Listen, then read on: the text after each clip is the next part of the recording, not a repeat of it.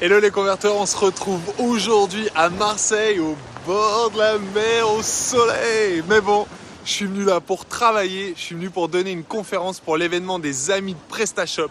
Il y a tout l'écosystème et en plus c'est au Mucem, c'est un musée clairement mythique de Marseille, donc je pouvais clairement pas refuser l'invitation. Je vais vous partager là dans la vidéo des extraits de la conférence dans laquelle je parcours 3 manières de booster sa conversion sans dépenser des milliers d'euros en développement. On se retrouve juste après la conf pour un petit débrief. Bon visionnage. Alors conférence évidemment très intéressante, pour moi masterclass, surtout une conférence qu'on n'a pas forcément l'habitude de voir dans l'écosystème PrestaShop. On sait aussi une chose, c'est que la partie CRO c'est devenu un peu le gros mot de ces dernières années. Je vois pas de raison aujourd'hui de pas s'attarder sur la partie CRO avec Boost Conversion par exemple. Écoute, franchement, elle était géniale.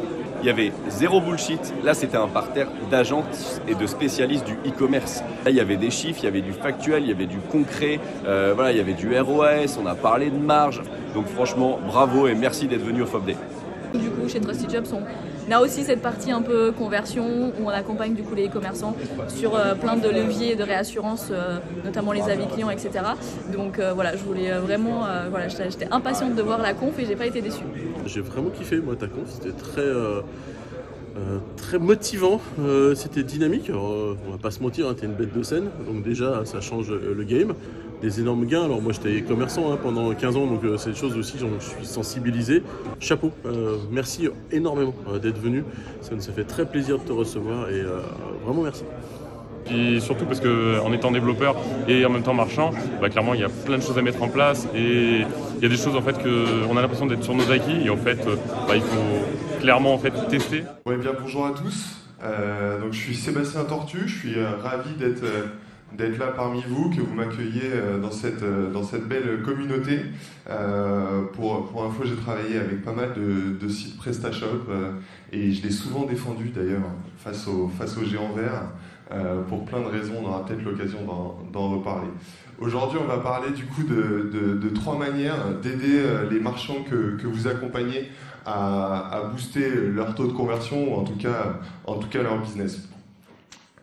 Bon, et bien, vu que je viens de savoir que certains sont rentrés très tard à danser sur du Céline Dion et du Mylène Farmer, on va commencer tout doucement par une équation hyper simple, promis, qui est l'équation de tout e-commerçant, qui est toute simple et qui a son importance, qui va être pour créer, pour savoir le chiffre d'affaires que les marchands vont faire. C'est tout simple, il y a 3 éléments: le nombre de visiteurs que vous attirez sur votre site web, le taux de conversion et le panier moyen.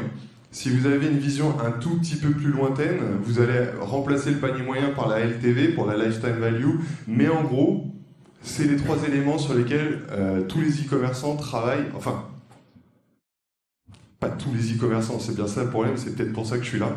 Mais en tout cas, c'est commun à tous les e-commerçants. Et justement, aujourd'hui, le problème, c'est que beaucoup d'e-commerçants passent énormément de temps sur la première partie, qui est d'attirer des visiteurs sur leur site web, et on oublie un petit peu le reste de l'équation. Et en fait, ça a plusieurs raisons. Pourquoi ils passent autant de temps à attirer les gens sur leur site ? Déjà parce qu'il y a des grosses agences qui se font un plaisir de vachement communiquer sur l'intérêt des pubs, parce qu'en fait elles gagnent énormément d'argent, vu qu'elles gagnent un pourcentage de la dépense. Quand tu gagnes 8-10% de la dépense sur des boîtes qui dépensent des fois 100 000, 200 000, 300 000, en fait ça représente beaucoup d'argent tous les mois, et les gens qui gèrent les comptes ne sont pas spécialement énormément payés, donc c'est une très très bonne marge. Et puis l'une des secondes raisons, c'est que c'est la meilleure drogue qui soit. Aujourd'hui, Meta, Google, etc., c'est juste des dealers en fait. Parce que quand vous leur donnez 100 balles, ils vous en donnent 100, 150, 200, et on le voit de toute façon, fin de mois, fin de trimestre, fin d'année, on dépense pour gonfler artificiellement le chiffre d'affaires, mais c'est tout. Et du coup, ça c'est un vrai sujet, et aujourd'hui, c'est pas pour rien qu'on a des sites web. Alors la moyenne, on dit que le taux de conversion moyen est autour des 2,5. Moi, pour auditer j'allais dire des centaines, mais pas loin, centaines de marques par an, on est encore en dessous. Il y a des exceptions qui sont un peu au-dessus, mais la grande majorité, elles sont en dessous. Et moi, ça m'arrive souvent d'avoir des clients qui ont des bons paniers moyens et qui disent « Oh, ça va, j'ai 1% de conversion, même des fois 0,8, ça va ». Non, ça fait quand même 99% des gens qui sont venus sur ton site qui n'achètent pas. C'est plutôt dans ce sens-là qu'il faut le voir. Et donc c'est un vrai sujet. Et donc c'est le sujet que l'on va voir aujourd'hui. Et du coup, comme l'équation le montre, l'un des sujets et j'ai pas fini sur la publicité, l'un des faits dont tout le monde parle aujourd'hui, c'est l'augmentation des coûts d'acquisition. Aujourd'hui, on estime qu'un coût d'acquisition a augmenté d'à peu près 60% depuis le Covid. Donc c'est juste gigantesque. Et en parallèle, le taux de conversion des marques n'a pas augmenté de 60%. Donc à un moment, justement, l'équation, elle ne tient plus. Il y a un vrai sujet de dépenses, et on le voit tous les jours, pour le coup, des e-commerçants ferment, parce qu'en fait, justement, ils ont oublié cette fameuse équation. Et du coup, l'un des gros sujets de 2024, et malheureusement, ça aurait été mieux avant, mais de 2024 et d'après, ça va être d'apprendre à mieux convertir. Alors, il y a, et du coup c'est mon métier, un acronyme, parce qu'on le sait en marketing, on adore les acronymes, on adore se donner des noms. Il y a une nouvelle discipline qui s'appelle du coup le CRO pour Conversion Rate Optimization, donc l'optimisation du taux de conversion. Pour le coup, c'est pas une très très bonne façon de communiquer, parce qu'on a la sensation qu'on va intervenir que sur le taux de conversion, alors que la vérité, on va intervenir sur le taux de conversion, mais aussi sur le panier moyen. Donc en fait, on vient prendre deux variables de l'équation, et ça change beaucoup de choses. Du coup, si on voulait lui redonner un nom, moi je serais plutôt pour l'appeler l'optimisation du revenu par utilisateur. Parce que finalement, ce qui est intéressant, c'est pas de savoir combien dépense celui qui achète, c'est de savoir combien me rapporte chaque visiteur qui vient sur le site web. Et aujourd'hui, on a des sites qui vont, les visiteurs vont leur rapporter 1 euro, 2 euros, 3 euros, 4 euros, 5 euros. Et ça va vous permettre de savoir combien je suis capable d'acquérir justement de nouveaux. Parce que ça va vous donner finalement un budget clair sur c'est quoi mon CPC, c'est quoi tout ça. Donc c'est pour ça qu'aujourd'hui, le CRO c'est un peu en vogue, que des agences comme les miennes se développent très vite, parce que justement ça vient répondre à un vrai problème, comme je le disais, d'augmenter le taux de conversion et le panier moyen. Alors comment on fait? Une fois qu'on a dit ça, comment on fait? Alors évidemment, tout démarre avec un gros travail de data. Ça, je pense que ça va vous parler. Nous, ce qui va nous intéresser, c'est de savoir justement où est-ce qu'il y a des trous dans la raquette. Avant de réussir à trouver les réponses, on va essayer déjà d'identifier le problème. Là, pour info, c'est une étude qu'on a menée sur l'ensemble de nos clients, donc à gauche. Et on a à peu près un peu plus de 100 millions de sessions. Donc ça nous donne des indicateurs qui sont alors multisectoriels, mais c'est intéressant toujours de pouvoir comparer. Et à côté, d'ailleurs, c'est des datas d'un site Shopify, donc vous pourrez vous moquer et dire que leur taux de conversion n'est pas bon. Mais en gros, comment on analyse ça et comment nous ça nous intéresse? Le premier travail qu'on va voir, c'est combien de personnes qui viennent sur un site web voient des produits. Quand je pose cette question à mes prospects ou à mes clients, est-ce que vous savez combien de personnes voient des produits quand ils viennent sur votre site? Ils ont tous la sensation que c'est autour des 100%. Parce qu'ils se disent, les clients viennent pour ça. Sauf qu'en fait, la réalité, elle est plutôt, là, elle est à 47,8, donc elle est plutôt autour des 50%. Ça veut dire que vous achetez du trafic très cher et qu'à la fin, il y a un client sur deux qui voit du produit. C'est bien compliqué. Ensuite, et donc là, on voit qu'on a un client qui a plus de 71%. C'est très rare. Comment c'est? C'est complètement artificiel. C'est qu'en fait, il envoie tellement de budget en acquisition directement sur ses fiches produits que le prorata devient énorme. Mais c'est très très rare. Moi, ça m'arrive souvent de voir des sites un peu plus normaux et qui dépensent, qui ont des équilibres budgétaires qui sont un peu plus logiques entre le SEO, entre l'acquisition payante, etc. Et donc, ça m'arrive très souvent de voir des sites qui sont plutôt autour des 30-35%. Donc, ça veut dire que c'est un client sur 3 qui voit du produit. Et de temps en temps, c'est pire. Mais ça, c'est une donnée qu'ils n'ont jamais. Ou très rarement. Mais vraiment, moi, en 2023, je faisais le compte, j'ai eu un peu plus de 200 premiers calls clients. Je pense qu'il n'y en avait pas plus de 10 qui savaient ce chiffre, alors qu'il est quand même hyper important. Et le deuxième, évidemment, et en fait, on va descendre dans le funnel comme ça, on va se dire, bah tiens, le taux d'ajout au panier. Et là, par exemple, ce client, et c'est pour ça que je l'ai mis, parce que c'est intéressant, il me disait, bon, mon taux d'ajout au panier, pour le coup, il le connaissait. Il dit, il est pas trop mal, évidemment, il pourrait être un petit peu mieux, on est à 4,35, la moyenne est plutôt à 6. Bon, lui, ça le satisfaisait à peu près. Sauf qu'en fait, le problème, il n'est pas qu'il soit à 4,35. Le problème, c'est le chiffre qui est à droite. C'est le 6,08. En gros, c'est le 6%. Ça veut dire que sur les gens qui voient un produit, seulement 6% l'ajoutent au panier. Alors que la moyenne, elle est plutôt autour des 12. Et là, on voit qu'il y a un vrai sujet. Là, on voit qu'il y a un vrai sujet d'optimisation. Et donc, on va venir chercher à travailler. Et après, je vais vous passer le reste. Mais en gros, ce qui va être intéressant, c'est de voir après chaque étape pour comprendre pourquoi on arrive finalement à un taux de conversion qui soit aussi ridicule. Et vous voyez, hein, en gros, le chiffre potentiel, c'est si la marque avait ce taux de conversion-là. Donc, c'est pas une marque qui fait pas de chiffre d'affaires. Hein. C'est une marque qui fait beaucoup de chiffre d'affaires. Elle fait à peu près 18 millions d'euros par an. Et ils se sont jamais posé la question de comment était structuré mon funnel, finalement, et comment je convertissais. Donc ça, c'est toujours le point de départ de notre travail.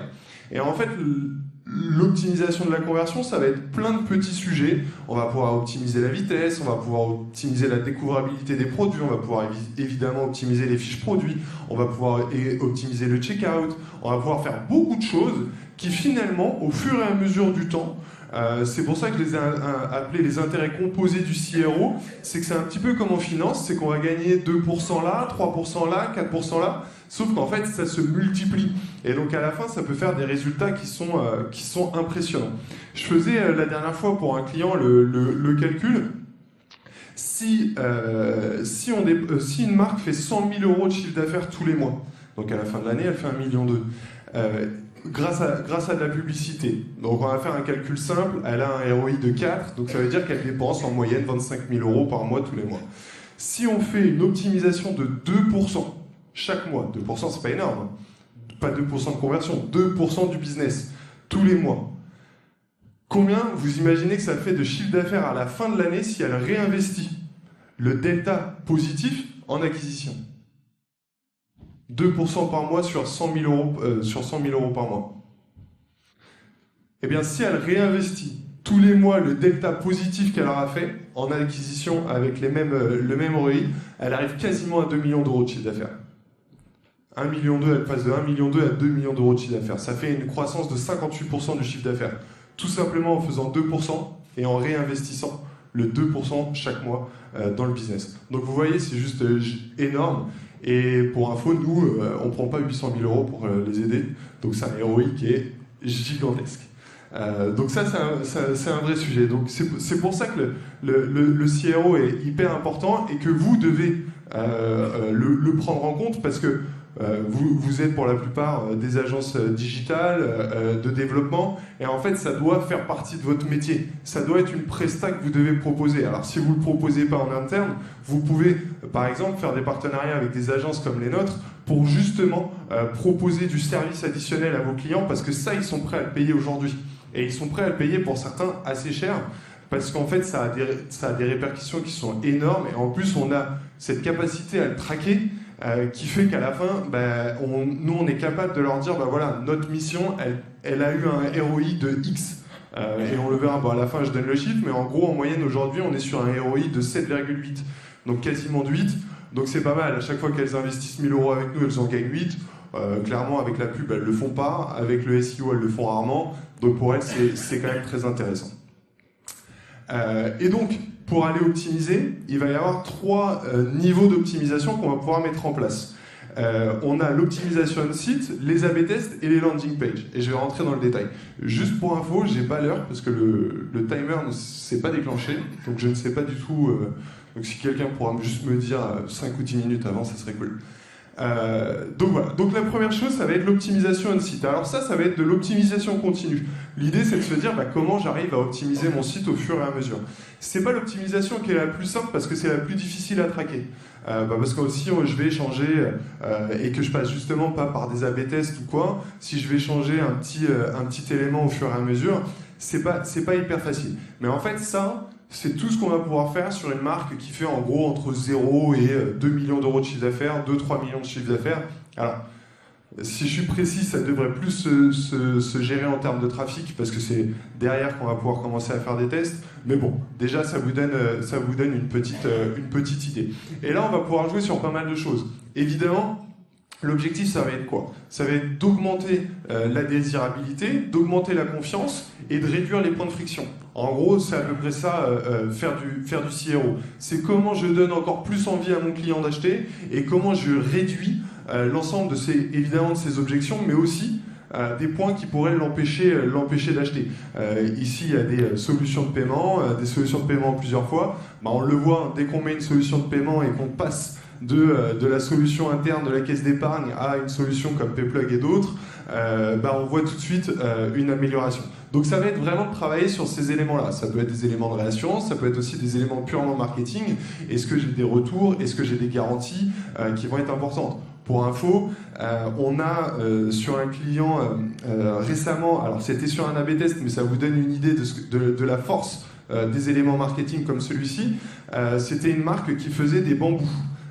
Donc elle vendait des bambous en digital et en fait en discutant avec le fondateur, je lui disais mais comment tu fais quand le bambou il est fané ou il tient pas longtemps, etc. Souvent on en renvoie un autre parce que c'est quand même des paniers moyens qui sont importants et finalement c'est des clients qu'on arrive à bien garder, donc on peut se permettre de renvoyer un nouveau bambou. Ok. Et si on le mettait sur le site web? Viens, on met une garantie en disant voilà, je te garantis que pendant X temps, si ton bambou il fane, je te le rembourse. On a fait plus 47% de taux de conversion sur une phrase. Juste au-dessus du panier, juste au-dessus de la joue au panier, garantie 1 an, plus 47%. Autant vous dire que le client est très content. Ça coûte pas grand-chose, hein. Mais ça a des conséquences qui sont énormes. Juste parce qu'à un moment, en fait, le CRO, c'est juste faire du marketing, donner envie aux gens, leur lever les freins à l'achat. Donc ça va être super important. Par exemple, on l'avait fait aussi pour une marque qui s'appelle Atma. Je ne sais pas si vous l'avez vu, ils ont été assez présents cette année sur les réseaux. Ils sont venus vers nous. Ils avaient une proposition de valeur, parce que par exemple, on va aussi pouvoir travailler sur la proposition de valeur, qui était hyper généraliste. On a réussi à retravailler ça pour eux, à faire en sorte que justement les gens puissent se projeter dans les produits. Vous voyez, donc là c'était un couteau, on le voit, ça peut passer par les photos, ça peut passer par de la vidéo, ça peut passer par des éléments de réassurance. En tout cas, ça passe par évidemment plein de choses. Et on le voit, plus 28% d'ajout au panier, plus 34% de chiffre d'affaires. Donc ce qui est intéressant, c'est que le plus 28% d'ajout au panier et 34% de chiffre d'affaires, ça veut dire aussi qu'on a réussi à augmenter le panier moyen avec le même produit. Donc ça, c'est intéressant. Ensuite, on va avoir la deuxième partie, parce que justement, l'optimisation en continu, comme je le disais, c'était toujours compliqué à monitorer, parce que finalement, vous faites une modif et vous attendez de voir si elle a du positif. Et en fait, il s'avère qu'elle est souvent négative. D'ailleurs, selon vous, quel est le taux de réussite d'un A/B test? Sur combien d'A/B tests on en a un qui apporte vraiment quelque chose de positif? Alors ça, c'est pas le résultat. Toi, tu dis 20%. C'est à peu près ça. En gros, la data officielle, c'est 1 sur 7. Donc c'est un peu moins de 15%. Ça fait pas beaucoup. Donc ça veut dire qu'il y a 6 implémentations sur 7 qui sont faites, qui soit changent rien, soit dégradent la performance. Et là, c'est important, parce qu'en fait, moi, je rencontre plein de clients, comme ce fameux client à 18 millions d'euros de chiffre d'affaires par an, qui me dit non, je suis sûr de moi. Non, il n'y a pas de certitude. C'est sûrement une mauvaise idée. Parce que ce chiffre, il fait la différence. Et donc là, moi, je vous ai fait un graphe en se disant, ok, 1 sur 7, la vérité, c'est que des agences comme les nôtres, ça ne nous arrive pas. Parce qu'en fait, on commence à savoir au fur et à mesure ce qu'il faut tester, ce qu'on peut tester. Et on fait souvent beaucoup de recherches en amont, donc ça ne nous arrive pas. Et heureusement que les clients n'achètent pas pour ça. Par contre, quand ils sont plus seuls, ça arrive souvent. Moi, j'ai des clients qui ont, avant de venir nous voir, qui ont acheté des licences sur des logiciels comme A/B Testy à 25, 30 000, 40 000 euros par an, et puis qui vont tester la couleur d'un bouton, la place de l'ARH sur la homepage. Donc évidemment, ça ne change rien du tout. Et à la fin, ils se disent bah, on dépense pour rien, le CRO ça marche pas pour nous. Bah non, c'est juste que tes tests ils sont nuls, que t'as pas fait de recherche et que tu lances des trucs au hasard juste pour dire que tu utilises l'outil. Ça, c'est pas très utile. Donc moi, je nous ai fait une moyenne un peu plus logique d'1 sur 4. Et donc, je voulais juste vous montrer la différence que ça représentait entre un test réussi sur 4, entre si vous le testez et si vous le faites sans le tester. Et en gros, à chaque fois, la différence entre un A/B test et une implémentation directe, c'est que l'A/B test, bah, si vous voyez qu'il est négatif, vous l'annulez, vous repartez à 0. À chaque fois, en fait. Sauf que quand vous le mettez en place, vous repartez pas à 0. Pour plusieurs raisons. Parce que la première, c'est que vous avez facturé des heures pour la mise en place. Donc c'est pas facile de dire au client, bah, je vais vous refacturer des heures pour revenir en arrière, parce que finalement, ce qu'on a fait, c'était une mauvaise idée. Donc souvent, vous mettez les trucs sous le tapis et vous dites rien. C'est pareil en interne. Quand vous avez un responsable e-commerce ou quoi qui a fait des modifs et qui se rend compte quand il s'en rend compte, parce que c'est souvent là où le bas blesse, c'est qu'il ne s'en rend pas compte, mais quand il s'en rend compte, qu'est-ce que vous avez mis en place et du coup, bah, c'est difficile de dire à son boss, bah, en fait, les idées que je t'ai défendues pendant 3 mois, que j'ai mises en place, elles n'étaient pas bonnes, du coup on va revenir en arrière. Donc ça, c'est un vrai sujet. Il y a beaucoup d'ego dans le CRO, dans l'optimisation, parce qu'en fait, c'est souvent, j'ai la meilleure idée, sauf que les meilleures idées n'existent pas. Et c'est ce que je mettais là, c'est que prédire les résultats de test à 100%, c'est une mission impossible. Nous-mêmes, nous n'y arrivons pas. Et pour vous donner quelques exemples récents, j'ai une marque que l'on accompagne qui s'appelle Anatae, qui fait du matcha. On a et une phrase que j'ai mise, l'intuition guide, les A/B tests décident, parce que c'est ça, c'est de se dire en fait, quand on peut avoir de l'intuition, évidemment, l'intuition elle peut être positive, mais à la fin des fins, il faut que ce soit la data qui vous drive et pas autre chose, parce que sinon vous n'y arriverez pas et vous ferez des erreurs comme on l'a vu juste avant dans le graphique. Et donc je vous disais, avec Anatae, on a travaillé justement sur de l'A/B test de la fiche produit, on s'est concentré que sur la fiche produit, et pour vous donner 2-3 styles de résultats que l'on peut facilement atteindre, et sans être un génie de la technique, parce que ça reste quand même la problématique du départ, c'est de se dire finalement comment on peut améliorer sans dépenser des milliards en développement. Avec eux, pour vous donner deux exemples, on a testé la place des avis sur la fiche produit. Évidemment, comme à peu près 95% des sites, les avis étaient en bas, il suffisait de cliquer sur les flèches, enfin sur les étoiles en dessous du titre, ça vous emmenait en bas. On a décidé de les mettre juste en dessous l'ajout au panier, plus 11% de conversion. Ensuite, au lieu d'en avoir 6, on en a mis 12, plus 7% de conversion. Donc ça, c'était 2 petites idées parmi un plan de test qui, à la fin, apporte énormément. Et si moi je lui avais dit, si en remontant les avis on va faire plus 11%, elle m'aurait dit non, c'est impossible. Là, la data, elle l'a prouvé direct et du coup ça fait la différence. Donc vous voyez, c'est vraiment des éléments comme ça qu'il va falloir travailler. Et aujourd'hui, alors c'est vrai que pendant longtemps les A/B tests se faisaient avec Google Optimize, qui était gratuit, qui permettait vraiment de mettre le pied à l'étrier à pas mal de commerçants. Aujourd'hui, Google Optimize a fermé, donc il n'y a plus de solutions gratuites. Ça, c'est un vrai problème, même pour nous, hein, parce que c'est vrai que ça, tout de suite, ça emmène un fee plus important pour les marques. Mais il y a quand même aujourd'hui des outils comme Convert.com, par exemple. J'ai pas de lien d'affiliation, donc je le dis vraiment avec bon cœur, qui est des bons intermédiaires et qui permettent quand même de faire beaucoup de choses et qui vont vous permettre justement de tester pas mal de choses avant d'implémenter. Parce qu'en fait, c'est le vrai sujet, comme on le voyait tout à l'heure, c'est comment vous allez arriver à vendre évidemment plus, mais en même temps, en vous retirant de la prise de risque d'implémenter des choses qui n'auront pas de lien positif. Donc là-dessus, franchement, et vous avez un gros avantage pour le coup sur la partie technique quand vous êtes dev, etc.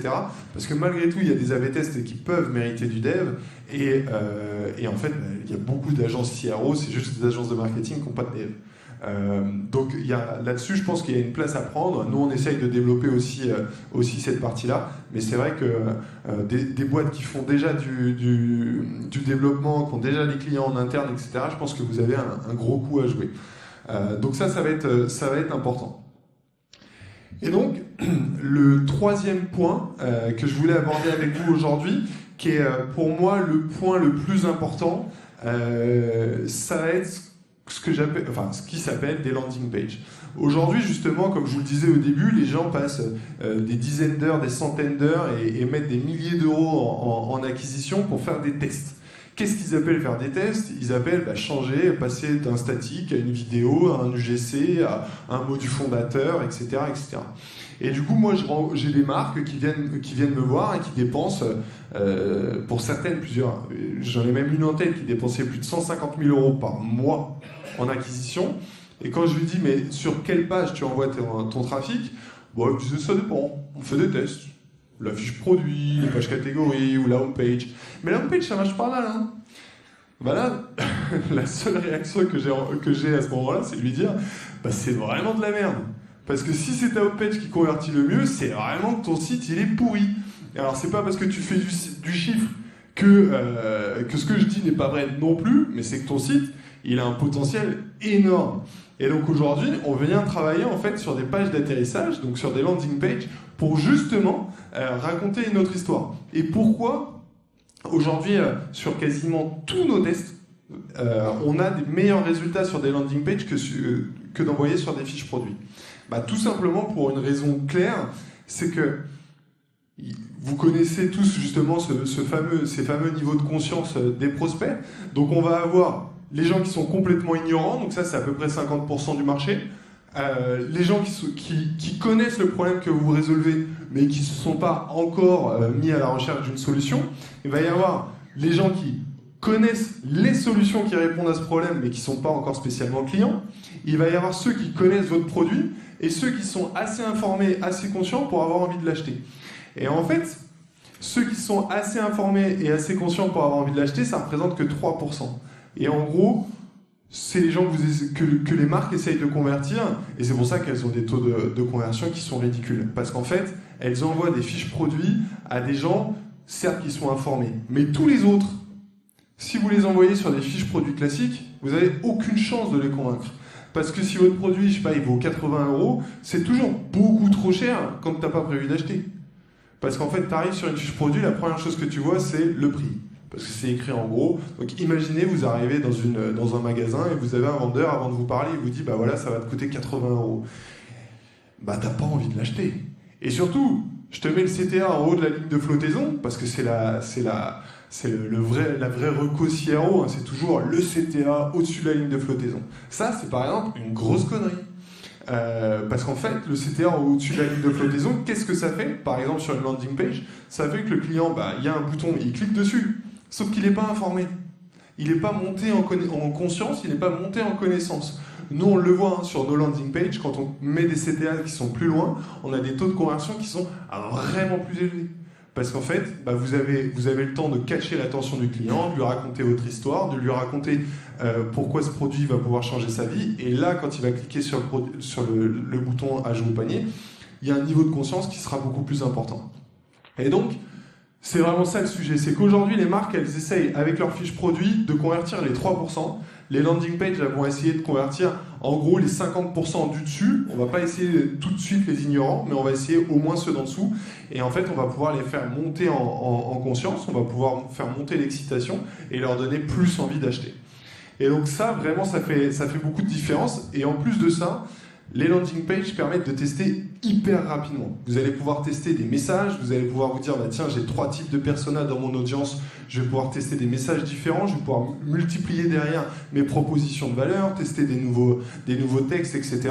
Chose qui est plus compliquée sur un site web, parce qu'en fait, vous essayez de parler à 100% de votre audience sur votre site web. Sur une landing page, c'est ce que j'aime bien dire, c'est que sur un site web, vous parlez à tout le monde, sur les landing pages, vous parlez aux bonnes personnes. parce que vous allez les avoir choisis, vous aurez choisi les messages que vous allez leur faire passer et vous savez exactement ce qu'ils vont acheter. Sur une landing page, par exemple, on ne met pas de lien externe. On n'essaye pas de le faire justement se faire balader ailleurs sur le site. On a un objectif, c'est qu'il achète ce produit. Et ça marche vraiment. Là, je vous ai mis un travail que l'on a fait, en fait, justement, grâce à nos centaines de tests. C'est de se dire comment on arrive à ranger tous les types de pages sur lesquelles on peut envoyer du trafic selon justement le niveau de conscience, des clients. Et en fait, on se rend compte que les pages collection, les pages produits, la home sont souvent des mauvais choix, et qu'en fait derrière, on va pouvoir rentrer sur des pages qui sont différentes. Donc par exemple des pages de comparaison. Donc on va être très clair. Je suis Samsung, je me compare à Apple, je fais une page de comparaison.